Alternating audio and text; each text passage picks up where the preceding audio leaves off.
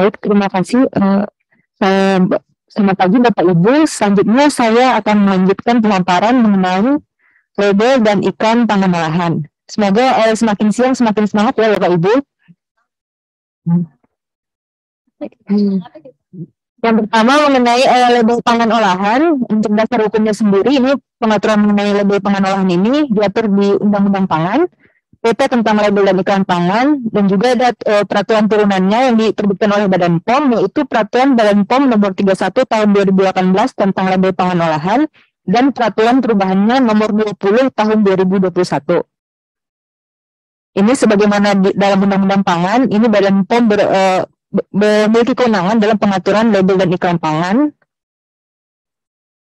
Selanjutnya, mengapa label pangan olahan itu perlu diatur? Yang pertama, ini tujuannya untuk melindungi masyarakat dari informasi yang tidak benar, tidak jelas, dan menyesatkan mengenai pangan olahan. Selain itu, juga menjadi acuan bagi pelaku usaha dalam pencantuman label pada produk pangan, dan juga merupakan tools pengawasan yang digunakan oleh pemerintah. Apa itu label pangan olahan?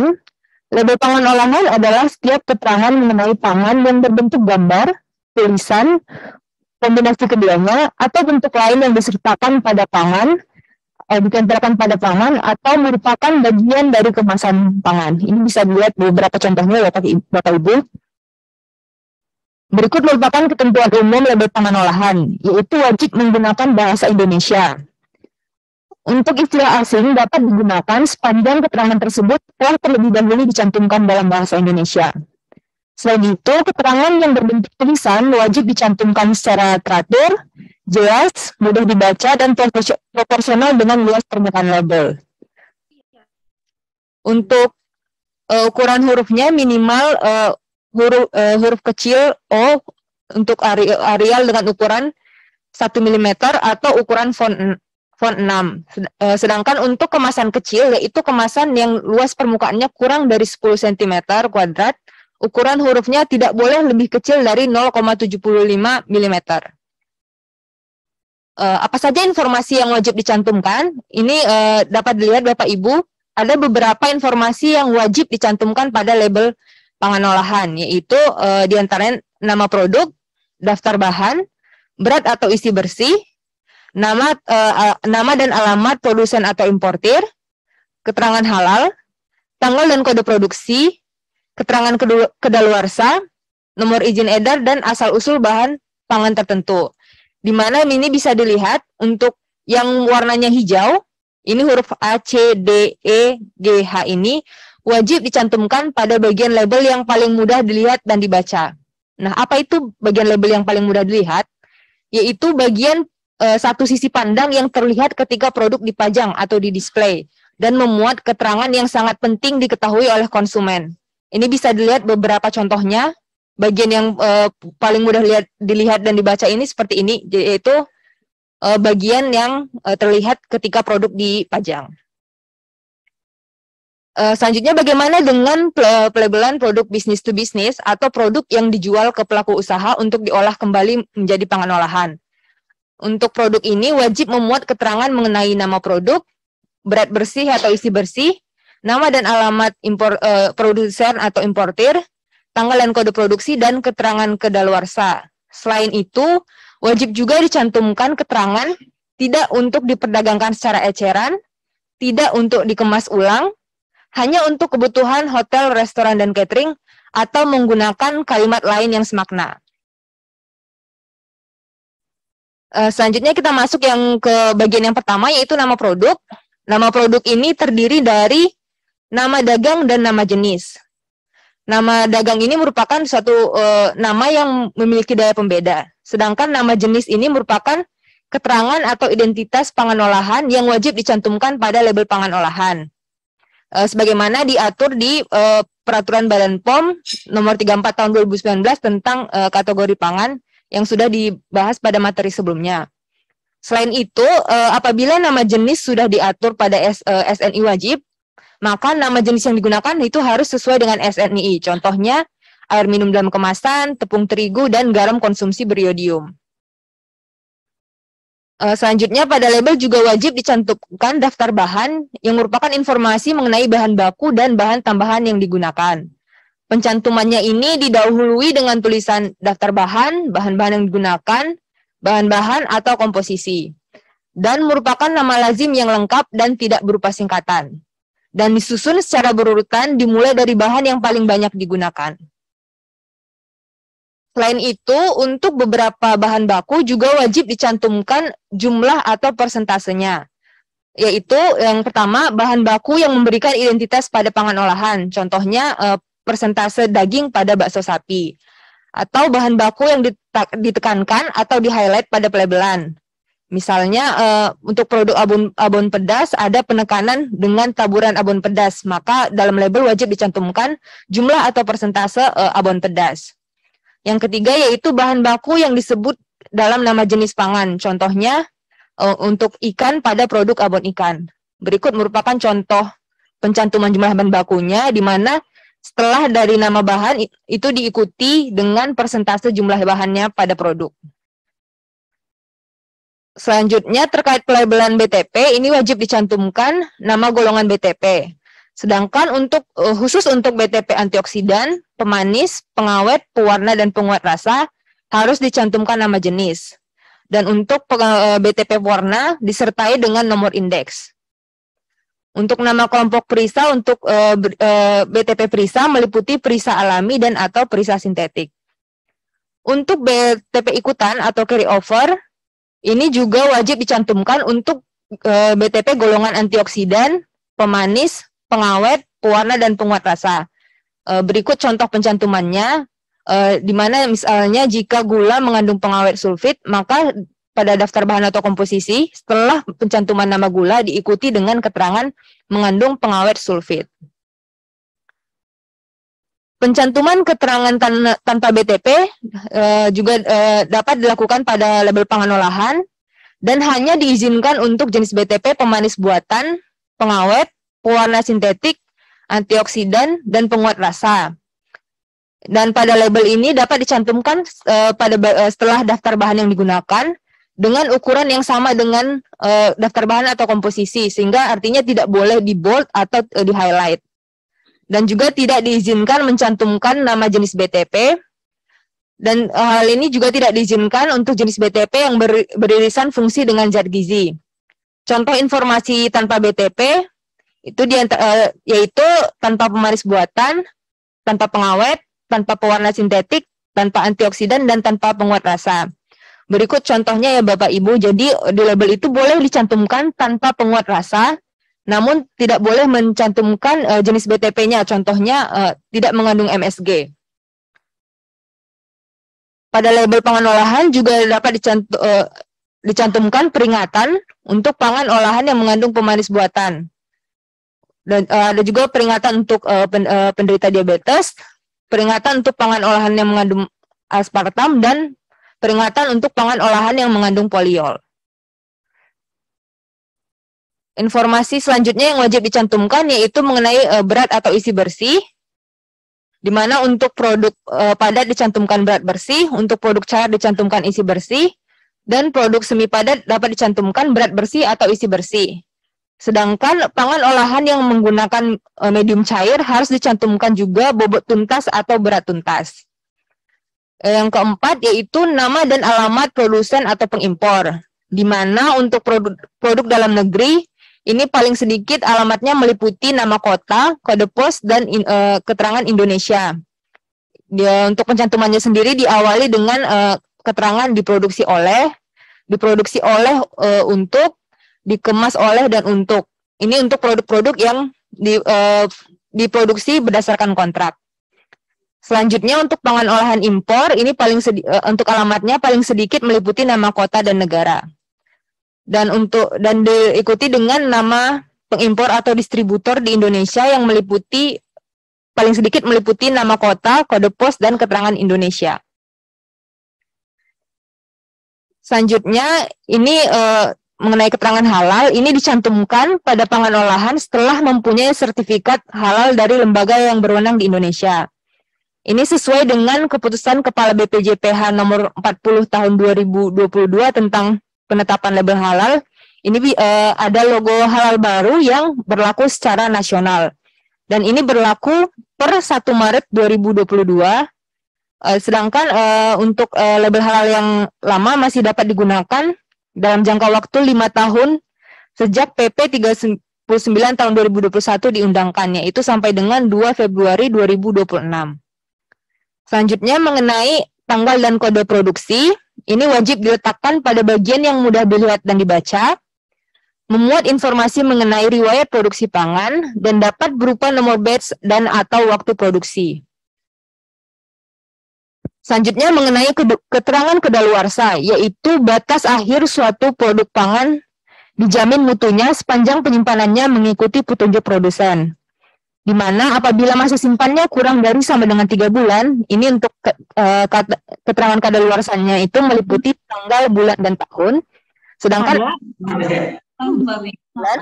keterangannya itu tanggal, tahun, bulan, dan tahun saja. Pengecualiannya untuk minuman yang mengandung alkohol paling sedikit 7%, roti dan kue yang punya masa simpan kurang dari atau sama dengan 24 jam, dan juga untuk produk cuka. Yang selanjutnya itu nomor izin edar. Ini untuk produk dalam negeri berupa BPOM RIMD, produk impor berupa BPOM RIML, dan untuk pangan olahan industri rumah tangga berupa keterangan PIRT. Selanjutnya mengenai asal-usul bahan pangan tertentu, yang pertama untuk asal bahan pangan tertentu dari hewan atau tanaman, di mana untuk bahan dari hewan wajib disertai dengan pencantuman jenis hewan, diikuti dengan asal bahan, sedangkan untuk bahan dari tanaman disertai dengan pencantuman jenis tanaman, contohnya yaitu gelatin sapi, lemak babi, dan minyak nabati. Selanjutnya untuk pangan yang diproduksi melalui proses khusus, misalnya produk rekayasa genetik wajib mencantumkan keterangan produk rekayasa genetik, dan produk iradiasi wajib dicantumkan keterangan iradiasi. Sedangkan untuk pangan olahan yang mengandung bahan berasal dari babi wajib mencantumkan logo berikut. Sedangkan untuk pangan olahan yang proses pembuatannya bersinggungan dan atau menggunakan fasilitas bersama dengan bahan bersumber babi wajib mencantumkan keterangan sebagai berikut.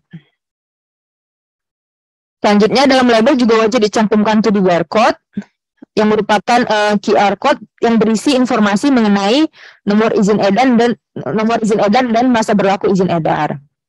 Selanjutnya mengenai keterangan tentang alergen, ini juga wajib dicantumkan untuk pangan olahan yang mengandung alergen atau pangan olahan yang diproduksi menggunakan sarana produksi yang sama dengan pangan olahan yang mengandung alergen. Contoh pencantumannya seperti ini, di mana untuk bahan yang berupa alergen ini di bold atau ditebalkan dan ditambahkan keterangan mengandung alergen, lihat daftar bahan yang dicetak tebal. Selanjutnya, apa saja bahan-bahan yang termasuk alergen, yaitu diantaranya susu, telur, serealia mengandung gluten, ikan, krustase, moluska, kacang pohon, kacang tanah, dan juga sulfit dengan kandungan paling sedikit 10 mg per kilogram yang dihitung sebagai SO2 untuk produk siap konsumsi. Selanjutnya mengenai keterangan tentang peringatan, yang pertama untuk produk minuman beralkohol wajib dicantumkan keterangan berikut: minuman beralkohol, kandungan alkohol, dan peringatan di bawah umur 21 tahun atau wanita hamil dilarang minum. Selain itu untuk produk susu juga wajib mencantumkan keterangan berikut, yaitu tidak untuk menggantikan air susu ibu dan tidak cocok untuk bayi sampai 12 bulan. Sedangkan untuk produk-produk susu kentalan analognya wajib mencantumkan keterangan peringatan tidak untuk menggantikan air susu ibu, tidak cocok untuk bayi sampai usia 12 bulan, dan tidak dapat digunakan sebagai satu-satunya sumber gizi.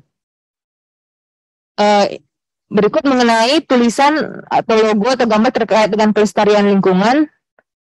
Ini dan atau kemasan pangan ini dapat dicantumkan pada label. Ini sepertinya tadi sudah dijelaskan detailnya oleh Mbak Nindya.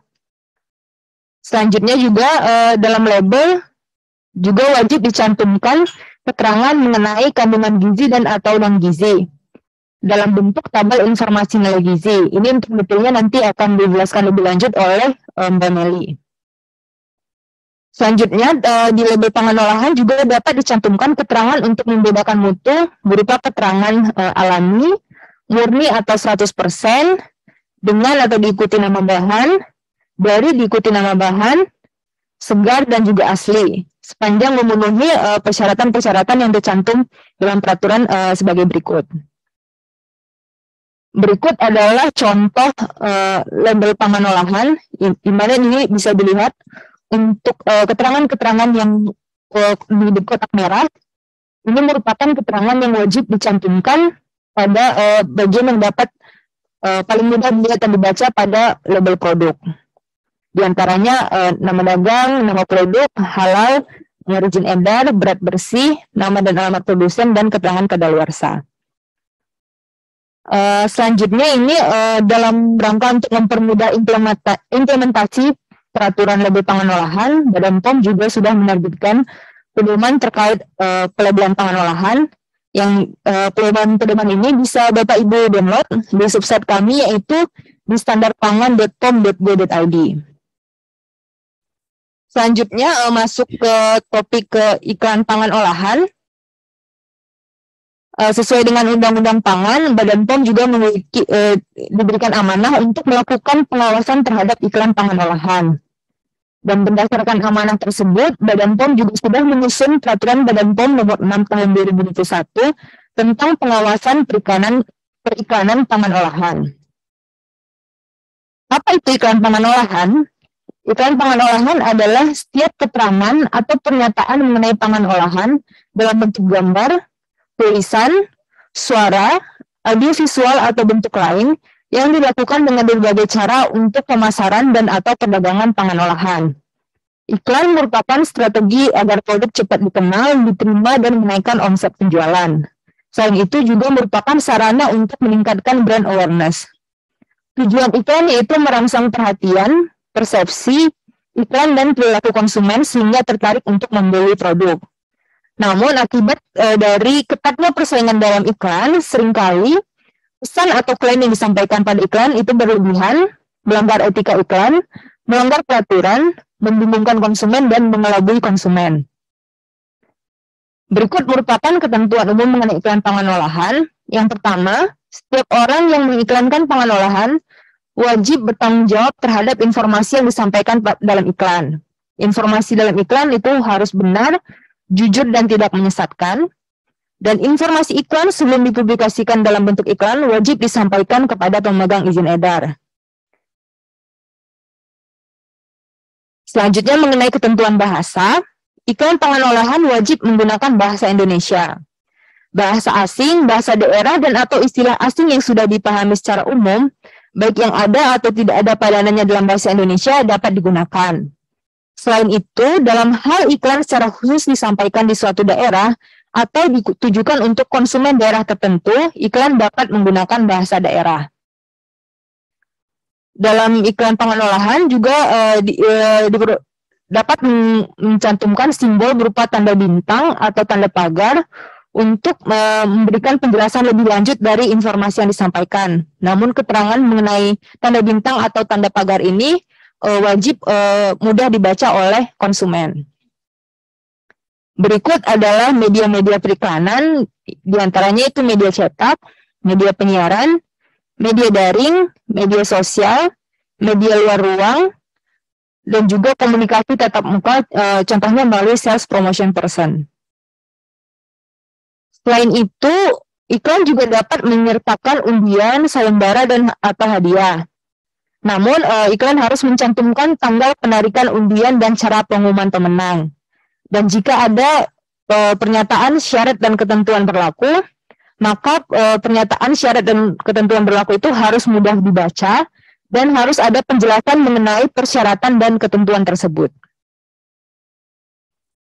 Selain itu, untuk pangan olahan yang pada labelnya itu mencantumkan peringatan, misalnya peringatan mengenai pemanis buatan dan alergen, maka pada label pada iklan wajib dicantumkan pernyataan baca peringatan pada label. Ini tujuannya apa?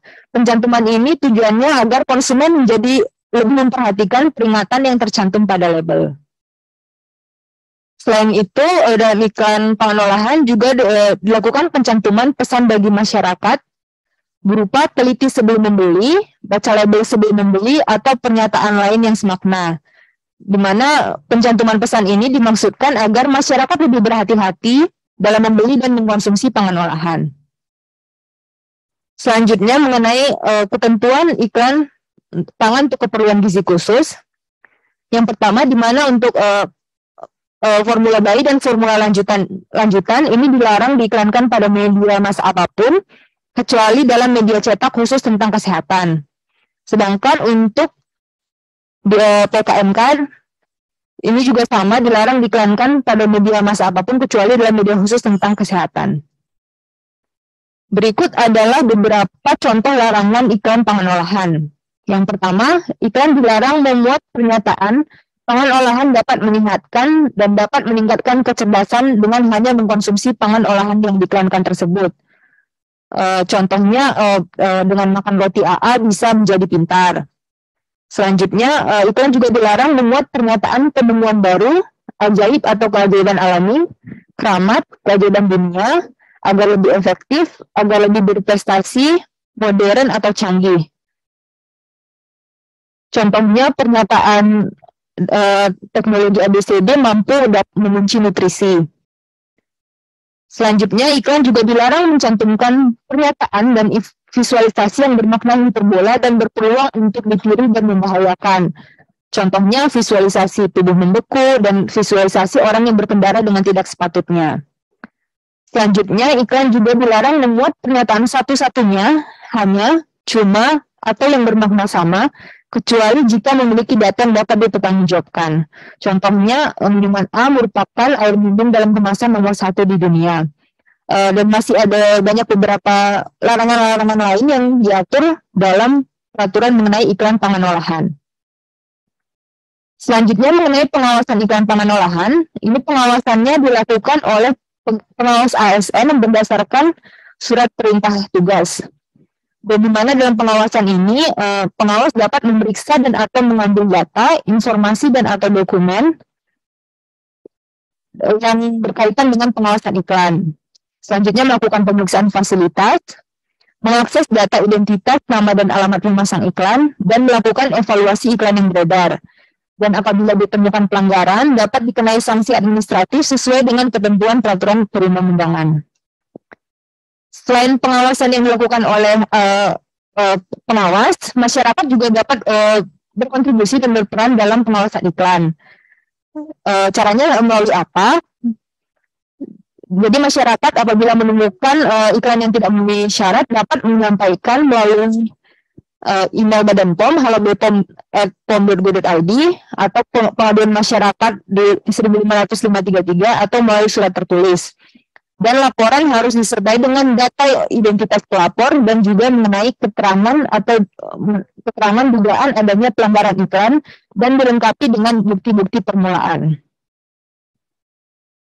Berikut pesan terakhir, selalu lindungi kesehatan keluarga kita dengan peduli obat dan makanan yang aman. Ingat selalu cek klik, yaitu cek kemasan, label, izin edar, dan kedaluarsa. Sekian pemaparan dari saya kembalikan ke moderator. Terima kasih.